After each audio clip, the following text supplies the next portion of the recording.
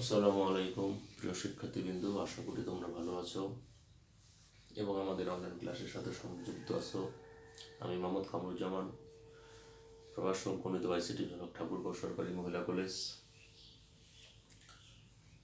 তো গত দিনে আমরা তথ্য যোগাযোগ প্রযুক্তি বিষয়ের তৃতীয় অধ্যায় করেছি। আজকে আমরা চতুর্থ অধ্যায় সম্পর্কে কিছুটা ধারণা বা আলোকপাত করব। ওয়েব ডিজাইনের ধারণা এবং HTML। ওয়েব ডিজাইন কি, কেন আমরা ওয়েব ডিজাইন করব? মূলত ওয়েবসাইটকে গণমুখী করার জন্য বা মানুষের কাছে সঠিকভাবে তুলে ধরার জন্য বা মানুষের কাছে সহজবোধ্য করার জন্য আমরা ওয়েবসাইটকে সুন্দরভাবে সাজিয়ে থাকি। তো এই সুন্দরভাবে সাজানোটাই হলো ওয়েব ডিজাইন। কীভাবে সুন্দরভাবে সাজানো যায়?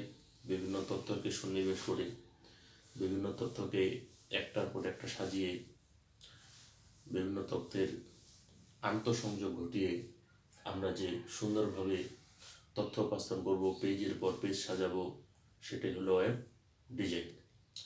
এই ওয়েব ডিজাইনের মধ্যে অন্তর্ভুক্ত থাকবে অ্যানিমেশন, ইমেজ, বিভিন্ন ধরনের গ্রাফিক্স। এই সংযোগে আমরা ওয়েব ডিজাইন করে থাকি। তো ওয়েব ডিজাইন করতে গেলে আসলে কার ওয়েব ডিজাইন করবো? আমরা ওয়েব ডিজাইন করি যে কোনো ওয়েবসাইটের। ওয়েবসাইট বলতে কি বোঝায়? ওয়েবসাইট হলো কতগুলো ওয়েব পেজের সমষ্টি। ওয়েব পেজ কি? ওয়েব পেজ হলো আমরা যখন কোনো কিছু ওয়েবসাইটকে ধারণ করতে দেই, তখন আমাদের প্রথমে পেজ আকারে লিখতে হয়। আর এই পেজ আকারে লিখতে গেলে আমাদের HTML প্রয়োজন হয়, হাইপার টেক্সট মার্কআপ ল্যাঙ্গুয়েজ। এই হাইপার টেক্সট মার্কআপ ল্যাঙ্গুয়েজ দ্বারা আমরা ওয়েব পেজ তৈরি করে থাকি। আর এই ওয়েব পেজের সমষ্টিটাই হলো ওয়েবসাইট। আমি উদাহরণ দিই। এই বইটা যদি একটা ওয়েবসাইট হয়ে থাকে, www.তথ্যযোগাযোগপ্রযুক্তি.edu.bd, এটা যদি একটা তথ্য ওয়েবসাইটের নাম হয়ে থাকে, তাহলে এই বইয়ের ভিতরে যে পাতাগুলো রয়েছে সেগুলো হলো ওয়েব পেজ। আর এই হাজারো ওয়েব পেজের সমষ্টি হলো ওয়েবসাইট। এখন এই ওয়েবসাইটের আমরা যদি বইটা প্রথমে ওপেন করি, তাহলে এখানে একটা সূচিপত্র পাবো। এই সূচিপত্রটাকে ওয়েবসাইটের ভাষায় বলা হচ্ছে হোম পেজ। তো হোম পেজে গেলে আমরা, অর্থাৎ ওয়েবসাইট ওপেন করার পরে যে আমরা হোম পেজ পাবো, অর্থাৎ এখানে কন্টেন্ট থাকে সূচিপত্র আকারে। অর্থাৎ আমরা ওয়েবসাইটের কোন অংশে যেতে চাচ্ছি, তাহলে সরাসরি ওই লিঙ্কে ক্লিক করলে আমরা সরাসরি সেখানে যেতে পারি। তাহলে ওয়েব ডিজাইন হলো ওয়েবসাইটকে সুন্দর করার জন্য, বিভিন্ন রকমের কন্টেন্ট তৈরি করার জন্য যে সুন্দরভাবে উপস্থাপনা, যে দিক নির্দেশনা, যে সুন্দরভাবে দিক নির্দেশনা দেওয়া হয়, সেটা হলো ওয়েব ডিজাইন। এখন একটা ওয়েবসাইটকে সুন্দর করার জন্য বিভিন্ন পদ্ধতি অবলম্বন করা যায়, বিভিন্ন ধারাবাহিকতা রয়েছে। এর মধ্যে কিছু উপাদান আছে, যেমন টেক্সট, ছবি, অডিও, ভিডিও। এই বিভিন্ন উপাদানের সাহায্যে আমরা একটা ওয়েবসাইটকে কি করে থাকি? সৌন্দর্যবর্ধন করে থাকি। তো এই ওয়েবসাইটে গেলে আমরা www হচ্ছে world wide web. World wide web. World wide web বলতে কি বোঝায়? মূলত ওয়ার্ল্ড ওয়াইড ওয়েব, আমরা প্রথমে যদি আসি নেটওয়ার্ক। নেটওয়ার্ক কি? তারপরে হলো ওয়েব কি? নেটওয়ার্ক হলো এক বা একাধিক কম্পিউটারের সংযোগ।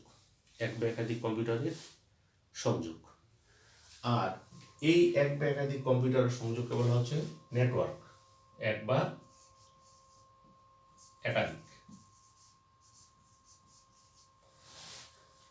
একাধিক কম্পিউটার সংযোগ হচ্ছে নেটওয়ার্ক, আর একাধিক নেটওয়ার্কের সংযোগ হচ্ছে একাধিক নেটওয়ার্কের সংযোগই হচ্ছে ওয়েব, যেটাকে আমরা কি বলে থাকি, ওয়েবসাইট। আচ্ছা, তো এখন এই ওয়েবসাইট যখন আমরা পরিচালনা করে থাকি তখন আমরা প্রকারভেদের উপর যদি আমরা গঠন ও বৈচিত্র্যের উপর এই ওয়েবসাইটগুলো দুই প্রকার, একটা হচ্ছে স্ট্যাটিক, একটা হচ্ছে ডাইনামিক। দুই প্রকারের ওয়েবসাইট আমরা পাবো। ওয়েবসাইট হচ্ছে দুই প্রকার, এক নম্বর হচ্ছে স্ট্যাটিক, দুই নম্বর হচ্ছে ডাইনামিক। স্ট্যাটিক এবং ডাইনামিক দুই প্রকারের আমরা ওয়েবসাইট পাবো। স্ট্যাটিকটা হচ্ছে যেটাতে তথ্য আপডেট করা যায় না, তথ্য আপডেট করা যায় না। আর ডাইনামিক হচ্ছে তথ্য আপডেট করা যায়। যেহেতু এটাতে তথ্য আপডেট করা যায় না, এটা এই কারণে এটা সহজে ডাউনলোড করা যায় এবং এটার পরিধিটা ছোট হয়ে থাকে। আর যেহেতু ডাইনামিক, এখানে তথ্য আপডেট করা যায়, এ কারণে এটার সাইজ একটু বড় হয়ে থাকে এবং এটা ডাউনলোড বা আপলোড করতে একটু সময় সাপেক্ষ হয়ে থাকে। স্ট্যাটিকটা হচ্ছে পূর্বে ধারণকৃত থাকে, এটাতে সংযোজন বিয়োজন করা যায় না। আর ডাইনামিকটা হচ্ছে সরাসরি ধারণ করা হয়, আমরা যেমন টিভিতে লাইভ অনুষ্ঠানগুলো দেখে থাকি, এটা হলো ডাইনামিক। আর স্ট্যাটিকের জন্য আবার আমাদের ইন্টারনেট প্রয়োজন হয় না, অর্থাৎ এখান থেকে তথ্য আপডেট করার কোনো উপায় থাকে না, এই কারণে এটা নেট প্রয়োজন হয় না। আর ডাইনামিকটাতে যেহেতু তথ্য আপডেট করা দরকার থাকে, এই জন্য এটাতে নেটের প্রয়োজন হয়ে থাকে। অর্থাৎ এটা সেভ করে এখান থেকে আমরা এই ওয়েবসাইটটা আমরা প্রদর্শন করতে পারি। আর এটাতে সেভ করার কোনো সুযোগ থাকে না, কারণ এটি স্ট্রিমিং, এটা চলমান, এই কারণে এখানে তথ্য আপডেট করা যায় এবং স্ট্যাটিকে তথ্য আপডেট করা যায় না। এটা হলো গঠন বৈশিষ্ট্যের উপর ভিত্তি করে দুই প্রকার।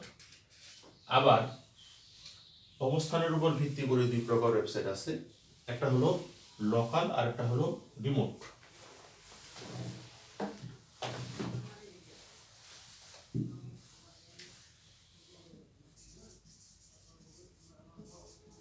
এটা হলো অবস্থানের উপর ভিত্তি করে, অবস্থানের উপর ভিত্তি করে দুই প্রকার। কত প্রকার? দুই প্রকার। আর এটা হলো গঠন বৈশিষ্ট্যের উপর ভিত্তি করে দুই প্রকার, একটা হলো লোকাল আর দুই নম্বরটা হলো রিমোট। এটা ঠিক স্ট্যাটিক এবং ডাইনামিকের মতোই। একটা হলো লোকাল, কম্পিউটার অভ্যন্তরে থাকবে এবং ইন্টারনেট ছাড়াই ব্যবহার করা যাবে।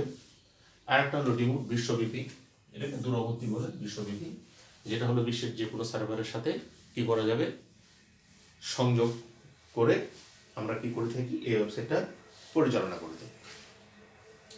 তাহলে মূলত গঠন বৈশিষ্ট্যের উপর ওয়েবসাইট আমরা পেলাম দুই প্রকার, একটা স্ট্যাটিক, একটা ডাইনামিক। আর একটা হলো অবস্থানের উপর ভিত্তি করে পেলাম দুই প্রকার, একটা হলো লোকাল আর একটা হলো রিমোট।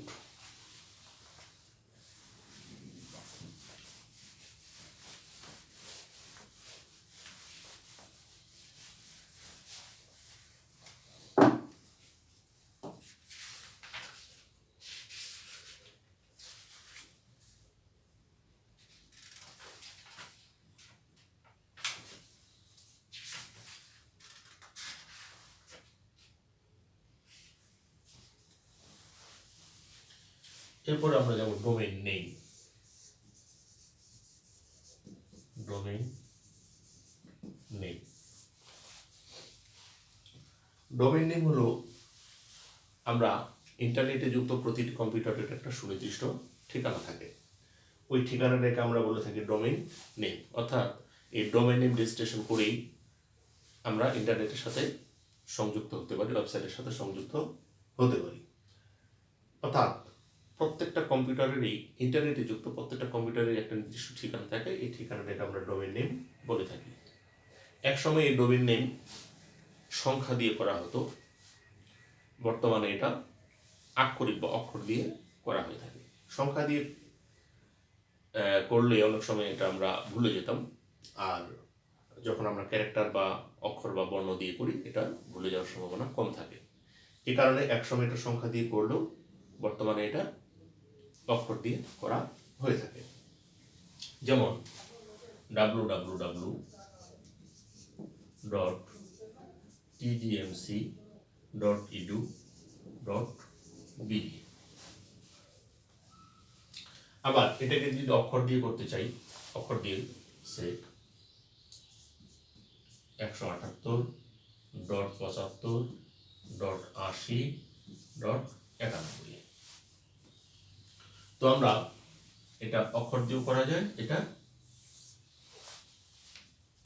সংখ্যা দিয়েও করা যায়। পূর্বে একসময় সংখ্যা দিয়ে করা হতো, বর্তমানে এটা অক্ষর দিয়েও করা হয়ে থাকে। অর্থাৎ কোনো কারণে যদি আমরা এটাও দিয়েও তোমার এটা শনাক্ত করা যাবে, অক্ষরের বা ক্যারেক্টার বর্ণের ওয়েবসাইটের ঠিকানা শনাক্ত করা যাবে। আবার সরাসরি ক্যারেক্টার দিয়েও ওয়েবসাইটটা শনাক্ত করা সম্ভব হবে। তো এখানে আমরা ডোমেইন নেমিং সিস্টেম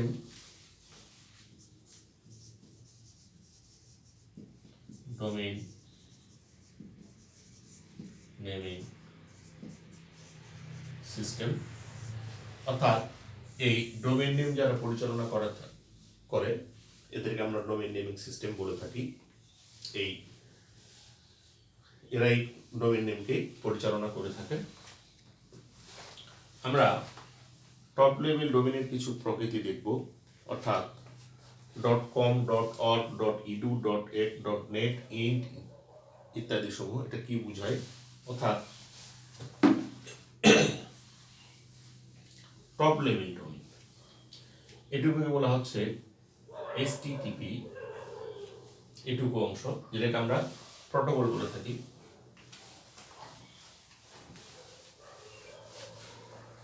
অর্থাৎ এটুকু হচ্ছে প্রটোকল,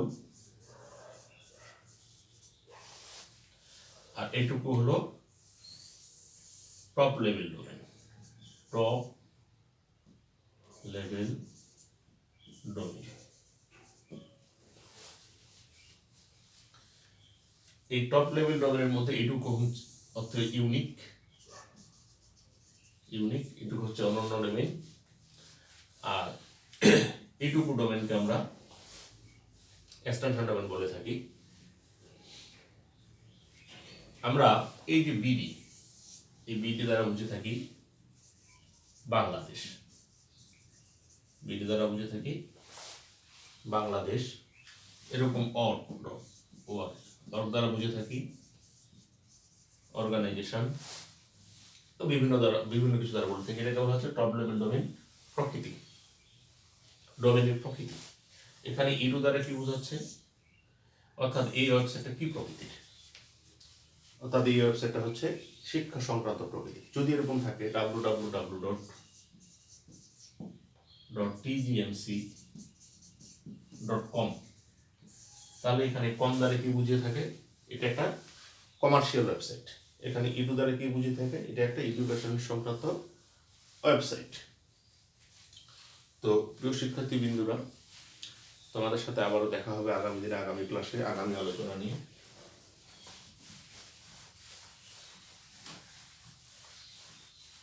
আজকে এই পর্যন্তই। আসসালামু আলাইকুম।